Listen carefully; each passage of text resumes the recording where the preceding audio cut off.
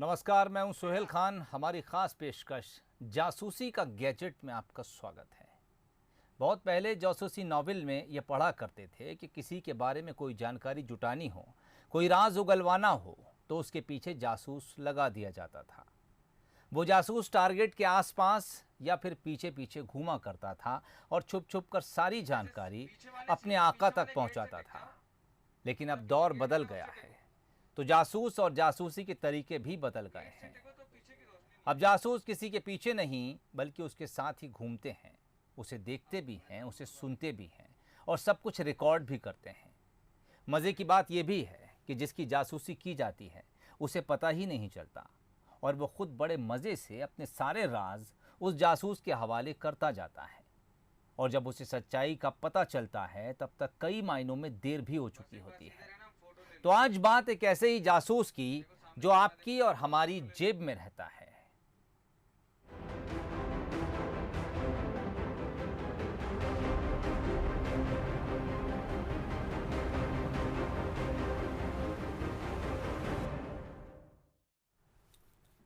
क्या आपने कभी सोचा है कि आपका फोन आपकी जासूसी कर सकता है, आपकी हर बात दूर बैठे किसी शख्स तक पहुंचा सकता है और आपके निजी जिंदगी के हर राज भरे बाजार में बेच भी सकता है। ये बातें ज़रा अजीब सी लगती हैं, लेकिन महज एक सॉफ्टवेयर की बदौलत अब ये सब कुछ मुमकिन है। कैसे? तो देखिए इस रिपोर्ट में। तेजी से आगे बढ़ती इस डिजिटल दुनिया में किसी की जासूसी करना आम बात हो गई है। इसकी सबसे बड़ी वजह तमाम सोशल मीडिया प्लेटफॉर्म और हर हाथ में स्मार्टफोन का होना है। इससे ही जुड़ी एक रिपोर्ट सामने आई है जिसमें गूगल प्ले स्टोर पर फिर से खतरनाक ऐप्स आने की रिपोर्ट आई है। नई रिपोर्ट के मुताबिक कई एंड्रॉइड ऐप्स यूजर्स के यूजर नेम और पासवर्ड को चुरा रहे हैं। इन ऐप्स को 50 लाख से ज्यादा बार डाउनलोड किया जा चुका है। ये ऐप्स उसी जावास्क्रिप्ट और फाइल फॉर्मेट्स का यूज करते हैं जो लोगों के फेसबुक क्रेडेंशियल को चुराने में काम आता है। साथ ही इस ऐप्स के पास रियल टाइम डेटाबेस होता है जो यूजर्स के हर डेटा को स्टोर करता है। चेक पॉइंट रिसर्च के अनुसार real time database app developers को क्लाउड पर डेटा स्टोर करने की अनुमति देता है और इस बात को भी सुनिश्चित करता है कि ये रियल टाइम में भी कनेक्टेड क्लाइंट से जुड़ा रहे। उन्होंने बताया कि कई बार कुछ डेवलपर्स डेटाबेस की सुरक्षा की अनदेखी कर देते हैं जिससे गड़बड़ी हो जाती है। पूरे डेटाबेस पर चोरी, सर्विस स्वाइप और रैंसमवेयर अटैक का मौका दे देता है। चूंकि इस लिस्ट में बड़ी संख्या में काफी पॉपुलर ऐप्स शामिल हैं, इसीलिए बड़े पैमाने पर हमले की संभावना भी बनी रहती है। हालांकि गूगल ने कई ऐप्स को प्ले स्टोर से डिलीट कर दिया है। स्मार्टफोन भले ही आपके कई काम को आसान कर देता हो, लेकिन आपकी एक लापरवाही आपके फोन को आपका सबसे बड़ा जासूस कब बना देगी, इसकी आपको भनक तक नहीं लगेगी। इसलिए आज के डिजिटल युग में ये जरूरी हो गया है कि बिना किसी जरूरत के बेमतलब के ऐप्स को डाउनलोड करने से बचें और अगर डाउनलोड करें तो उसके सिक्योरिटी फीचर्स को जांच लें। Bureau report, Bansal news. तो देखा आपने रिपोर्ट किस तरह से ये बताती है कि दरअसल जिन ऐप को हम अपने शौक़ के लिए या फिर अपनी ज़रूरत के लिए अपने मोबाइल में धड़ाधड़ डाउनलोड करते जाते हैं और वो जो कुछ एक्सेस हमसे मांगता है उस पर हम यस यस करते जाते हैं, कभी कभी ये आगे जाकर हमारे लिए कितना घातक साबित हो सकता है। दरअसल ऐप हमारे मोबाइल में आने से पहले, डाउनलोड होने से पहले कुछ परमिशंस मांगता है और हम जाने अनजाने उन तमाम परमिशंस को उस ऐप की चाहत में ओके करते हैं और बाद में यही जानकारी का जो अभाव है वो लोगों को नुकसान पहुंचा देता है। आज इसी को लेकर चर्चा करेंगे और जो मेहमान मेरे साथ जुड़े हैं उनसे आपका तारुफ करा दूं। साइबर एक्सपर्ट हैं, मोनाली गुहा उनका नाम है। मोनाली, बहुत स्वागत है हमारे इस प्रोग्राम में एक बार फिर आपका। Thank you so much sir. Report ये बताती है कि दरअसल किस तरह से ऐप अब हमारी ज़रूरत भी है और कई बार ऐप हमें आकर्षित भी करते हैं, लेकिन ये कुछ एक्सेस हमसे मांगते हैं, कुछ परमिशंस मांगते हैं और वो सब ओके करने के बाद फिर हमारी जासूसी शुरू हो जाती है। ये बात अभी भी कुछ लोगों को हैरान करने वाली हो सकती है मोनाली, कि एक ऐप के जरिए जासूसी किस तरह। एक साइबर एक्सपर्ट से मैं ये समझना चाहूँगा कि किस तरह से एक ऐप हमारे मोबाइल के अंदर आने के बाद हमारी जासूसी शुरू कर देता है।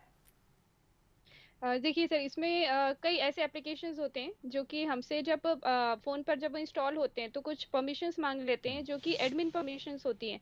यानी कि जो सेवाएं हम अपने फ़ोन से खुद लेते हैं वही सेवाएं उन एप्लीकेशंस के ज़रिए कोई और भी एक्सेस कर सकता है, और इसी तरह से हमारे साथ इस तरह की ठगी बार बार देखने के लिए मिलती है। कई बार एप्लीकेशंस कुछ इस तरह की आती हैं कि लोगों को पता भी नहीं चलता है कि उनके फ़ोन पर कोई मैलिशियस ऐप डला हुआ है। कई बार लोग बिना बताए एक दूसरे की जासूसी करने के लिए, कई बार दोस्तों के साथ, कई बार हस्बैंड वाइफ्स आपस में, या फिर कई बार रिलेशनशिप पे जो लोग होते हैं वो एक दूसरे के फोन पर ये सारी चीजें डालते हैं। लेकिन अब साइबर अपराधी भी इस तरह की चीजें फोन पर डालने लग गए हैं ताकि उनको बार बार ओटीपी मांगना ना पड़े। क्योंकि जब इस तरह के एप्लीकेशंस को अगर वो फोन पर इंस्टॉल करवाते हैं या किसी माध्यम से वो इंस्टॉल कर देते हैं तो एसएमएस पढ़ने की भी परमिशंस उनको मिल जाती हैं, और इसी तरह से अब उनको ओटीपी पूछने की भी जरूरत नहीं पड़ती और लोगों को पता ही नहीं चलता कि कब उनके साथ किस तरह का अपराध हुआ है। तो ये बहुत ही ज्यादा खतरनाक होता है कि अनजान लोगों के कहने पर, खास तौर पर अपने फोन पर किसी भी तरह का एप्लीकेशन इंस्टॉल ना किया जाए।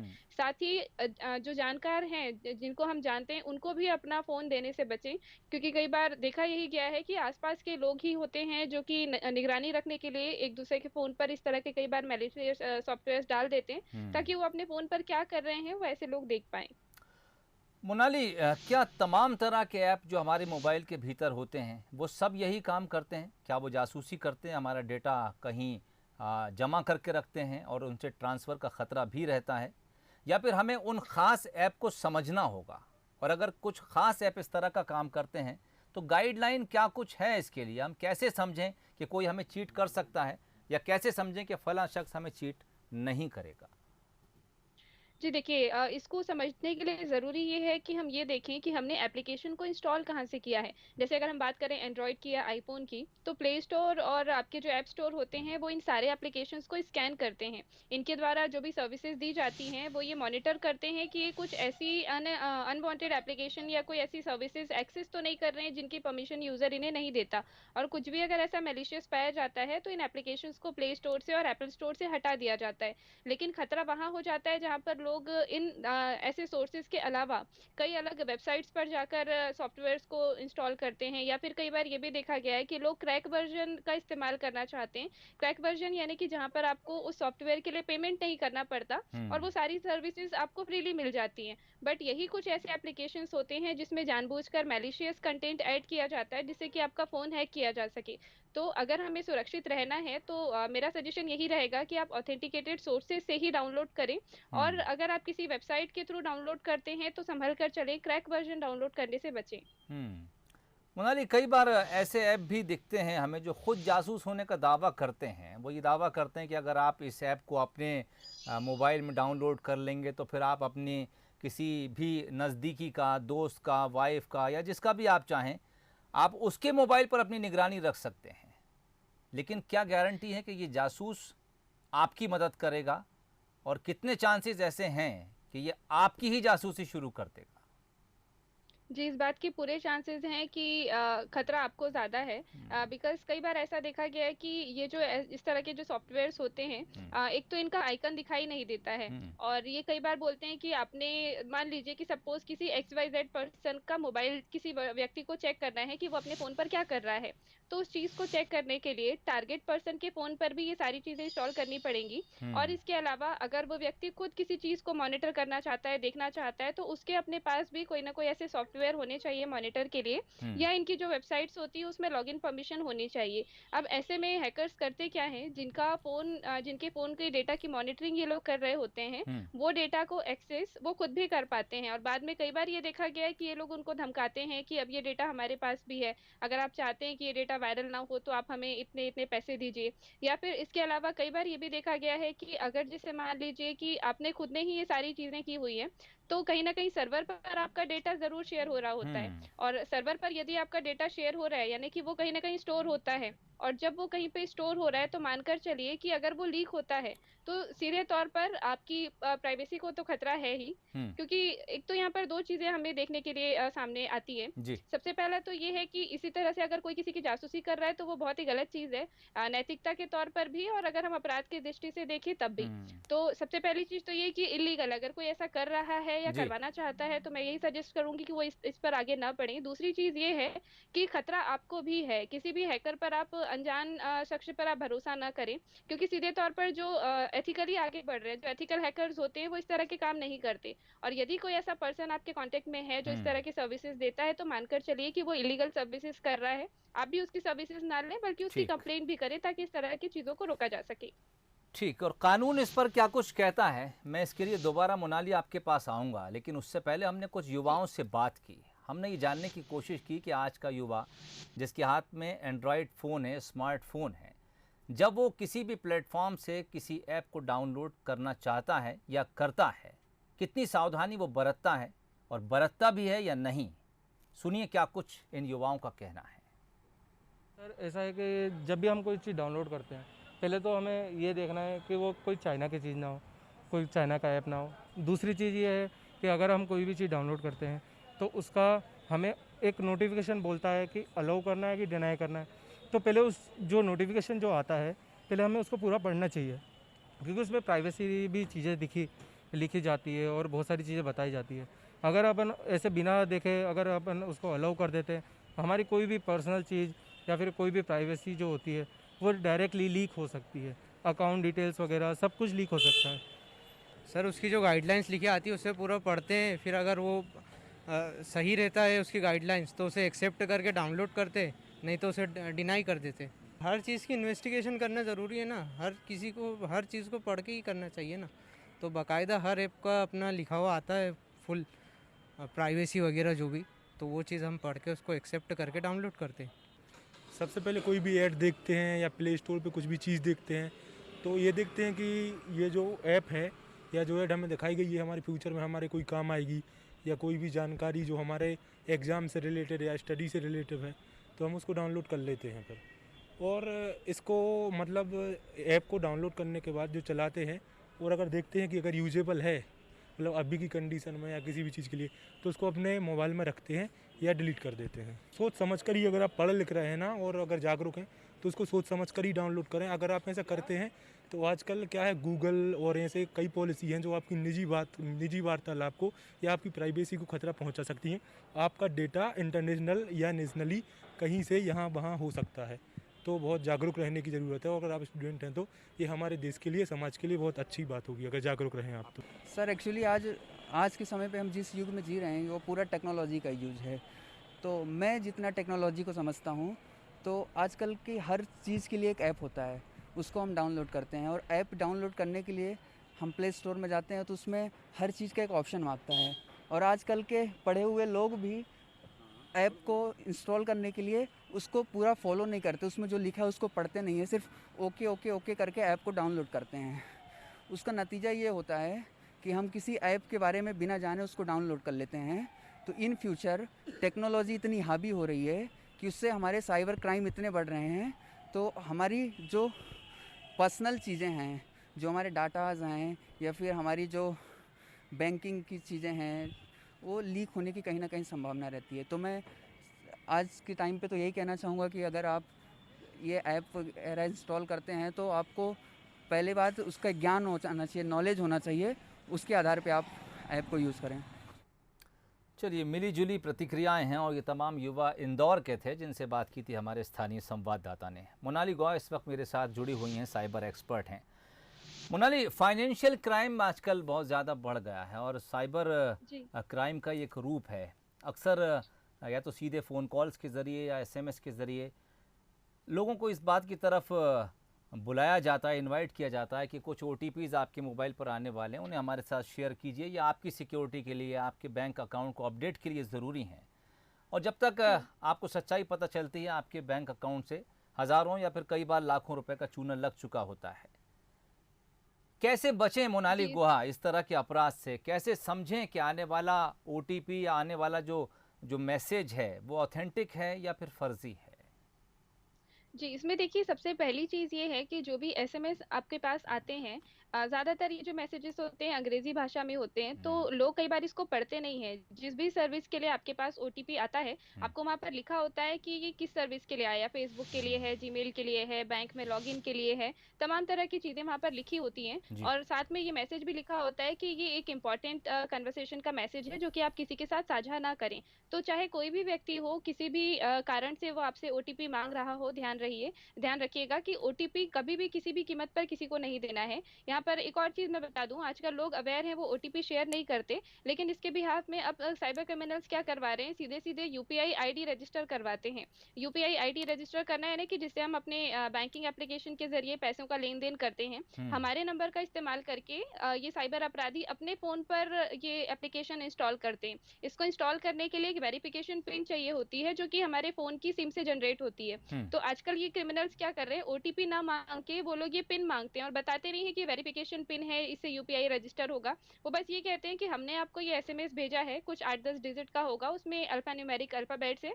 आप हमको ये बोल बोल के वेरीफाई करवाते जाइए। अगर वेरीफाई हो जाएगा तो फिर वो जिस भी तरह से बेवकूफ़ बनाने का उनका प्लान होता है, उस तरह की वो बातें आगे करते हैं।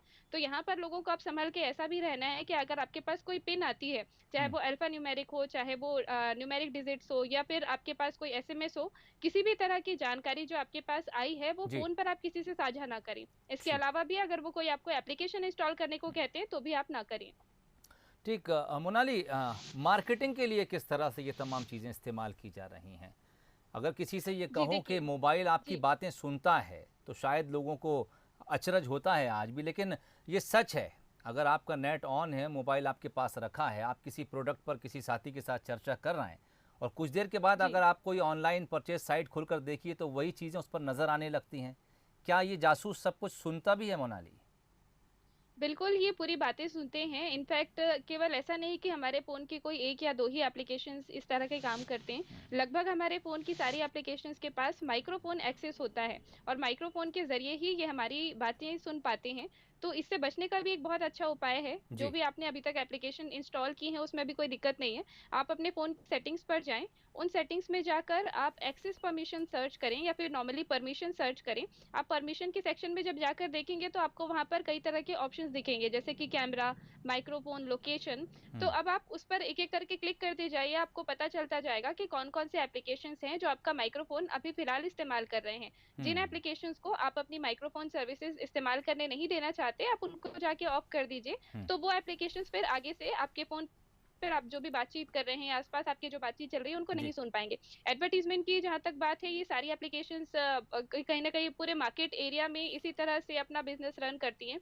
न सिर्फ़ बोलकर, बल्कि हम जो चीज़ें गूगल पर सर्च करते हैं, उनका भी हमारा एक कुकीज़ का डेटा बनता है। इसको वो आगे एडवर्टाइज़मेंट कंपनी के साथ साझा करते हैं और फिर एडवर्टाइज़मेंट कंपनीज़ हमको कई तरह के प्रोडक्ट के एडवर्टाइज़मेंट्स देती हैं। जी।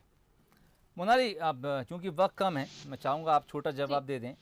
एंटीवायरस को लोग आज भी एक ऐसा खर्च मानते हैं जो शायद गैर ज़रूरी है, लेकिन मैं जानना चाहूँगा दरअसल एंटीवायरस कितना फ़ायदेमंद है।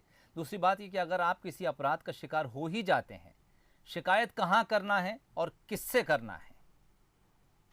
जी, सबसे पहली चीज़ तो ये बता दूँ मैं कि एंटीवायरस जितना आपके लैपटॉप और कंप्यूटर के लिए ज़रूरी होता है, उतना ही आपके मोबाइल फ़ोन्स के लिए भी है। ज़्यादातर मोबाइल फ़ोन के हैक होने की जो घटनाएँ होती हैं, वो कहीं न कहीं इसीलिए देखी गई हैं कि आपके फ़ोन पर कोई ऐसा प्रोटेक्शन के लिए ऑलरेडी कोई सॉफ्टवेयर अवेलेबल नहीं था, जिसे हम एंटीवायरस कहते हैं। जी। तो मैं सभी लोगों से ये अपील करूँगी कि जो भी अपने फ़ोन की सुरक्षा चाहते हैं, प्लीज़ आप अपने लिए एंटीवायरस ज़रूर परचेज़ करें। बहुत ही कम दामों में आपको अपने पसंदीदा ब्रांड के ये सॉफ्टवेयर्स मिल जाते हैं। ईयरली सब्सक्रिप्शन होता है 200-300 रुपए का, तो ये बहुत ज़्यादा खर्च नहीं है, लगभग रिचार्ज जितना ही है ये भी।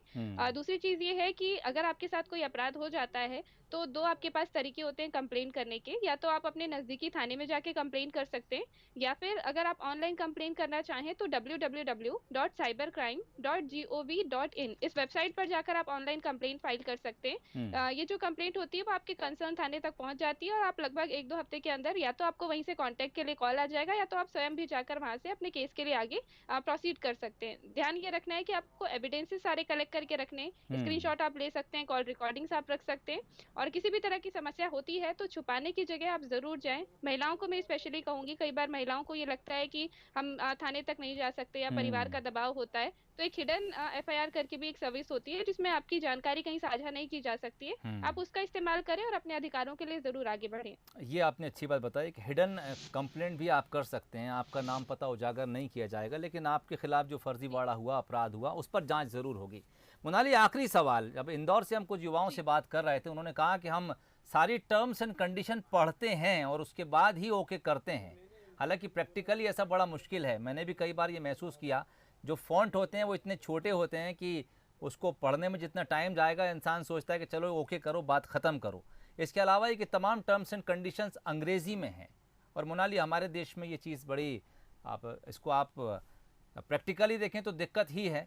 अंग्रेज़ी सब लोग शायद पढ़ना नहीं जानते, जो पढ़ना जानते हैं उनमें से कई ऐसे समझना नहीं जानते। इसके लिए कोई हल मोनाली? बिल्कुल, बिल्कुल। एक अच्छी चीज़ ये है कि ये जो भी टर्म्स कंडीशंस होती हैं, ये टेक्स्ट फॉर्मेट में आप इनको कॉपी कर सकते हैं और बहुत ही आसान सा तरीका है। आप नॉर्मली जब भी आपको कोई ऐसी टर्म्स कंडीशंस पढ़नी हो या कोई भी ऐसा टेक्स्ट हो टेक्निकली जो लिखा गया हो और आपको उसको हिंदी में समझना हो, तो आप उसको सबसे पहले सेलेक्ट करके कॉपी कर लें और एक नया टैब ओपन कर लें गूगल का। वहाँ पर टाइप करें Google translator English to Hindi. जैसे ही आप ये टाइप करेंगे, पहले या दूसरे नंबर पर ही आपको ये ऑप्शन दिख जाएगा। अंग्रेज़ी वाले स्पेस में जाकर आप वो पूरा कंटेंट पेस्ट कर दें, वो तुरंत आपको हिंदी में कन्वर्ट करके दिखा देता है। तो इससे फ़ायदा ये होगा कि आप कम समय में सारी चीज़ों को पढ़ के समझ के ही फिर आगे बढ़ पाएँगे। एक और मैं यहाँ पर लोगों को ये कह दूँ कि ज़्यादातर जो मोबाइल हैक होने की घटनाएँ होती हैं, वो लोगों के नज़रअंदाज करने की हैबिट के कारण ही होती है। जब भी हमारे फ़ोन पर कोई नोटिफ़िकेशन आता है तो जनरली लोग उसको ओके कर देते हैं बिना पढ़े, ये सोच कर कि कहीं ऐसा ना हो कि अगर मैंने कैंसल कर दिया तो मेरा फ़ोन ठीक से काम ना करे। इस तरह की चीज़ों से बचें, आप प्रॉपर्ली पढ़ें, उसका मतलब समझना हो तो थोड़ा-सा मेहनत करके एक बार गूगल ट्रांसलेट कर लें हिंदी ठीक। To English. न सिर्फ हिंदी बल्कि आप दूसरी भाषा में भी जी। कन्वर्ट कर सकते हैं, आप अपनी नेटिव लैंग्वेज में कन्वर्ट करके पढ़ सकते हैं। चलिए, बहुत शुक्रिया जो कुछ टिप्स आपने दिए, जानकारी हमारे साथ शेयर की। हो सकता है जिन लोगों ने प्रोग्राम हमारा देखा और सुना, आगे होने वाले किसी फ्रॉड से वो अपने आप को या फिर अपने किसी नज़दीक को बचा सकें। मोनाली गुहा, बहुत शुक्रिया हमसे जुड़ने के लिए, आज की इस चर्चा में हिस्सा लेने के लिए। तो एक ऐसा जासूस जो हमारे और आपकी जेब में है, वो आपको देखता है, सुनता है, महसूस करता है और आप क्या कुछ आगे भविष्य में प्लान कर रहे हैं उस पर नज़र भी रखता है। लेकिन ज़रा सी सावधानी आपको इस जासूसी से बचा भी सकती है। फिलहाल इजाज़त दीजिए, नमस्कार।